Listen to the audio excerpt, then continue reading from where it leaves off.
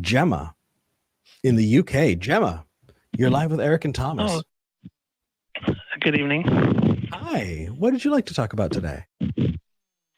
So I was brought up as in a very religious household, and last week I came out as a trans woman. And okay, congratulations. I'm now having so much trouble with my parents and family because they're deeply religious and they're trying the indoctrination tactic on me with you're going to hell, you'll never see your family again. And I just kind of now getting to a point where I'm not, I'm kind of doubting my religion. They're kind of like trying to scare, but I'm also scared because of, probably from indoctrination about, going to hell or. Yeah. That makes sense. So just to clarify, it says in the notes, but I want to make sure you're still a believer. I am, but I'm now becoming more doubtful because they're using trying to use a religion as a tool to, saying that you can't be, a real believer can't be trans, a real, religious believer, Yeah, well, I would characterize it as using it as a cudgel. It's well, first off, I want to just, before we go even any further, I just want to empathize. Gemma, the fact that you're in this place is really, really crap. I'm so sorry that you're having to deal with that. It does get better. And the only reason I know that is because I've seen it, and as you grow, the fact is you are going to continue to build the best life for you. And the fact that you're taking those steps, you have every right to be proud of. So that in and of itself, is as far as the rhetoric and the way that they're treating you.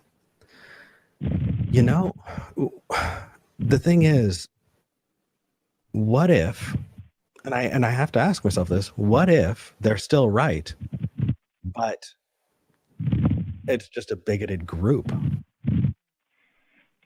Just because the people could be bad doesn't mean the idea is necessarily wrong. And I would just caution you to, as you're looking at it and doubting your faith, I know that a lot of things can lead people down that way. The problem of evil, right? Why would God allow this? Why would God, put things out there and have their followers do these kinds of things? And the problem of evil is a really, really tough one. Why is their baby? Why is their childhood leukemia? What's God's purpose for that? It can be really, really difficult to push through and to work on. But I want you to try and hold a little bit of separation, because I want you to believe what you believe for good reasons. And if you're in a place of hurt, I recommend taking the time to work on Gemma, and once Gemma is safe, right? Have you heard of Maslow's hierarchy of needs? No, I haven't. No, it's this kind of a pyramid.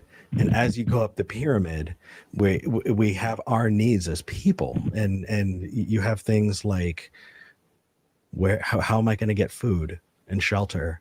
To do I have support, interaction? Do I have peers? Moving on to just all of the steps that it takes for us to get to a place where we can make those more nuanced decisions. And so when something lower on that totem pole is being severely affected, don't hold yourself to the standard that you're necessarily going to take that step, because at the top is self-actualization. We want you getting there. But take care of you too. Well, I think, Gemma, it sounds like there's oftentimes I'll talk to theists, and when things are going great and when things are going well and when they're emotionally involved in their faith, then it can be very difficult to question it or to look behind the curtain and to objectively look at their faith and see if it's true or not. At the same time, a lot of times Christians they'll paint this narrative of you're only becoming an atheist because you were hurt or because you want to live a life of sin or because whatever they reasoning or the way that they paint it, it does a disservice to a lot of atheists who've really, really looked into it. And I think that there is value in having that emotional moment that you're experiencing right now where you realize that, oh my God, this whole Christianity is a religion of love and it's non-judgmental and it's accepting. And you start to see the hypocrisy and you start to see that not all of that's true. And you start to see a lot of the harm that's caused by the religion, especially towards the LGBT community. And you see that, and that pulls down some of the emotional walls, some of the emotional indoctrination and brainwashing that can happen as a kid. You start to realize that, hey, maybe it's not exactly the way that I thought it was. Now, I think at that moment, then I agree with Eric that you need to be careful that you take care of yourself, but that you pursue things and try to learn things for the right reason. Try to figure out if something is true using sound methods, to objectively look at it and say, is this true or is this not? Because we don't want to lead you wrong and tell you, oh yeah, just because they hurt you or because they were abusive or harmful, that's why you should leave it. I don't think that that's a great reason to believe or to not believe in something. And but that doesn't mean that they haven't hurt you. That doesn't mean that they haven't harmed you. And that doesn't mean that there's not reason to question and to doubt. I think that there is. Yeah. I don't know if that helps. In fact, I think you'd probably back me up on this, Thomas, that it's often a tactic to prey on people when they're in an emotionally vulnerable place. And we don't want to do that to you. Yeah. No, I see that all the time with, I've done an entire series on psychics, debunking them and showing how oftentimes they'll prey on people in their most grieving and most vulnerable place. They'll come along and they'll see someone who just lost a loved one and they'll say, oh, well, you can talk to them for just the small price of $500 for half an hour. And they'll rob people of their life savings. They'll make them do all kinds of crazy things. And it's really gross. But when you're vulnerable and when you're hurting, you're susceptible. And we don't want to do that to you. We don't want to take advantage of you in a moment when you're hurting and when you're grieving. We don't want to be like, oh yeah, those people were terrible. Screw them. Here's we're not here to prey on you. We want you to be in a good place and to be healing and growing as a human. And also know that there is support and there is love and there is a really vibrant LGBT community and secular community and humanist community that will love you. But we're not here to manipulate you and tell you what to believe as a string for receiving that love, if that makes sense. I think that anyone who tries to do that, run away fast. Yeah. When it has those strings attached. Hey, I think what happened.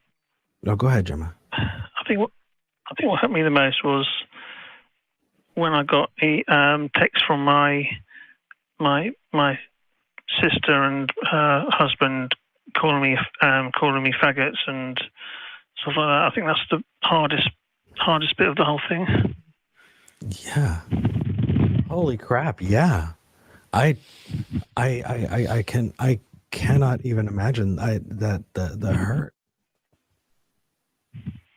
Oh my goodness, Jim, I'm sorry. Can I give you something that might help a little bit though? I know you're still a believer. Yes, please. I wish I could give you a hug. Yeah, same here. So I know you're still a believer, and I know even all the way up until the end, I thought that if a God does exist, that's a loving God. It's something I held on to, and I don't know if it's something that you hold on to. But the fact is, a loving God doesn't create people to punish them for who they are, if that God was there and loving. And on top of that, there's this underlying theme of being broken. And a lot of people will live their entire lives perfectly, and they'll say, well, you're still stuck with the sin that you were born with. But the fact is, what it's doing is it's breaking your leg to sell you a crutch. Gemma, whatever you do, however you approach this and however you walk away from it, just know that you are not broken. You are not wrong or bad in any way. It took me so much longer just to get out of religion because I thought that for some reason my antenna to God was broken and everybody else has got it. And for some reason I just don't. And that's not how it is. You're not broken. And you have every right to live that life and not be told that you are. Thank you. Yeah. Do you know of any UK-based charities that I can speak to? I think there are tons, and I think we have a lot of viewers who are in the live chat sending you tons of love, by the way, and our crew sending you love rings. If you hop into there, also, if you check out our Facebook or our Discord group, I think that they can help with a lot of resources also. I know that Recovering from Religion Foundation is mainly United States, but if you call them, I'm telling you, when I volunteered as someone who would work the lines for Recovering from Religion a few years ago, and they gave us access to one of the most comprehensive list of secular and atheist organizations, groups that can be there, that are local, and I would absolutely give them a shot and see if they can point you in a direction as well. Thank you. I'll give them I saw it in the chat. I'll give them a call. Good. See if we can contact with them. I want to add one more thing, and that's that, like, I can't relate on the trans note, but I can relate on the parents telling you that you are going to hell and you're broken and you're sinful. And especially after I became an atheist, when I came out, my parents, they started taking anything and everything they could and twisting it to tell me that I was going to go to hell. And one of the things that they did was I had recently gone through a divorce. And right up until my divorce, they agreed with me that my partner was very abusive and that it wasn't a healthy relationship and that leaving was the right thing to do. But then when they realized that my atheism potentially would damn me to hell in their books, I think in their mind they were doing it out of love, but it's coming from a place of fear. It's coming from a place of brokenness. It's not coming from a place of fulfillment and, purpose-filled life where you're happy and you're complete. It's coming from a position of someone who, in retrospect, I pity. I pity that they're locked into a mindset that tells them that their own child deserves to burn for all eternity after having done nothing wrong or done nothing that deserves any kind of eternal punishment. And it's a type of indoctrination that's so heavily ingrained in them. And it's such a powerful tool. It's a tool that causes ideas to propagate and perpetuate for centuries because people have this fear.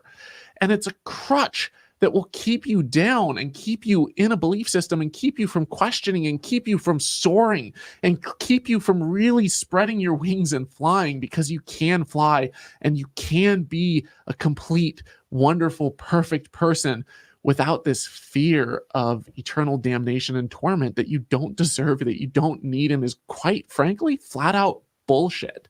I've done a whole video called Realizing That Hell Isn't True, and it's on my channel, Holy Koolaid, where I walk through the history of where the idea of hell came from and the fact that the early Jews didn't believe in hell at all. And it's not really even a concept in Judaism today, but you see how it's evolved over time. And when you know the traces and you know the origin and you know the history, you start to realize that it's just like any other idea that's made by people and it's used as a control mechanism. And it's not always used deliberately as a control mechanism. People have been controlled by it themselves and they propagate it unknowingly. But when you know the history, it starts to defang and declaw the dragon. And it gives you the ability to live not in fear and anxiety and not under this PTSD strain of terror, but you're able to actually go outside and smell the roses and live life and enjoy it without living under a shade of fear. Yeah, that's well put. Hey, Gemma, we hope this helps. And also, if you haven't heard of the show Secular Sexuality, I highly suggest you check out Secular Sexuality. It is another ACA show. It's on Thursday evenings, so it might be a little late for you, but you should check it out. They go over a lot of trans issues and talk about specifically that and being in that space. And I think they could probably offer a whole lot more than we could. Thank you. I'll give them a call. Sounds good. Thank you for your help. Hey, we're sending you hugs. We don't, whether you're a believer or not, you're going through a tough time, and you don't need to solve all the problems all at once. Just take care of you. You've got this, and you're not alone. Take care. Thank you. Thank you very much for your. Oops. Oh, we accidentally cut the very end of that. Yeah, that was heavy. Yeah. I had someone in the live chat say absolutely butchered Maslow's hierarchy. I did. Trying to do that right off the top of my head. Basically Maslow's hierarchy is saying, like, in order to live a fully actualized life, like, what are your basic needs? And it starts with, like, you know, food and drink, and then shelter, and then like human interaction and love. Like, I forget exactly what the layers, which one is on top of which, but it's like, if you don't have that basic, if you're afraid that you're not going to be able to eat your next meal, it's really, really hard to have a happy, fulfilling relationship with someone. And then on top of that, becoming your best version of yourself. Like, it's just needed. Also, I want to point out, because half of the comments from the last episode I was on said, Eric, they're not babushka dolls, they're matryoshka dolls. Is that how you pronounce Matryoshka. it? One more time. Matryoshka. Matryoshka dolls. Yeah. I'm sorry. Please quit sending me mail. Okay. All right. Let's move on.